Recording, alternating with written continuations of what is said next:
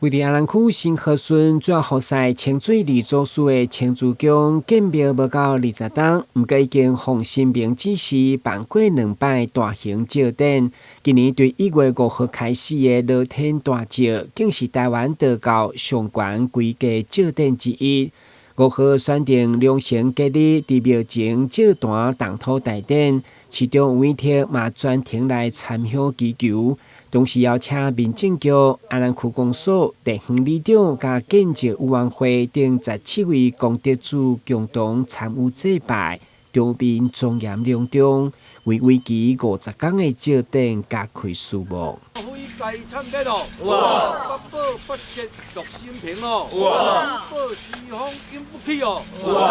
這個樂天大醮會當保庇台南風調雨順，咱國家國泰民安。百姓攏平安和樂，因為過去一冬，咱一開年的時陣，就是發生這個南西地震，個丹那斯風災，這個天然災害攏過去，咱希望講百姓會當平安。全國以3600尊的神尊要來共同來參與感謝這個聖事，歡迎全國這信眾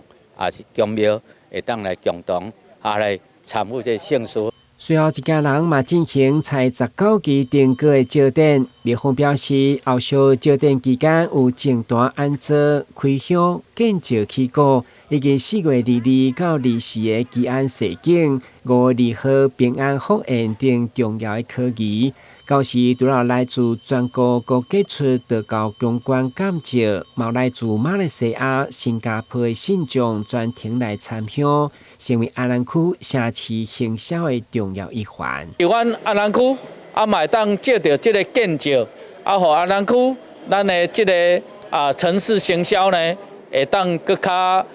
得到我們更好的行銷效果啦吼。這擺醮典將依照古禮，並使用明朝的官服進行儀式，並不是傳統的清朝官服。廟方邀請民眾把握機會來點燈祈福，因為每一天所行的科儀攏無同款，內容相當豐富，歡迎大家來欣賞難得一見的樂天大醮盛況。咱的新聞軍籍採訪報道。